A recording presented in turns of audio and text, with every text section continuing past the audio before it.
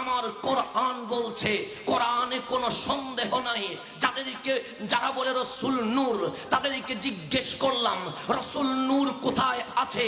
তারা বলতে লাগলো কোরআনে আছে। আমি বললাম দলিল কি? তারা বলল কাদ জাআকুম মিনাল্লাহি নূর। যারা বলছে রসুল মাটি, আমি জিজ্ঞেস করলাম দলিল কি? তারা বলল কোরআনে আছে। কুল ইন্নামা আনা বাশারুম মিসলুকুম, আমি সাধারণ মানুষ। আশ্চর্য হয়ে গেলাম, কোরআন বলে সন্দেহ নাই। একদল বলছে রসুল নূর, তাও নাকি কোরআনে আছে। আর একদল বলছে রসুল মাটি, তাও নাকি কোরআনে আছে।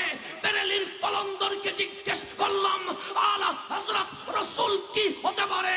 আলা হযরত ডাক দিয়ে বলে তেরি নসলে পাক মে হে বচ্চা বচ্চা নূর কা, তু হি আইনে নূর সব করানা নূর কা।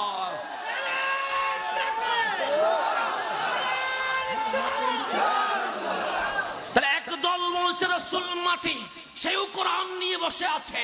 একদল বলছে রসুল নূর, সেও কোরআন নিয়ে বসে আছে। আমি জিজ্ঞেস করলাম রসুল জিন্দা না মরা? একদল বলছে রসুল তো জিন্দা। শুধু জিন্দা তা নয়, রওজা মুবারক থেকে বৈরবের আশিক রসুলদেরকে দেখতে পাচ্ছে।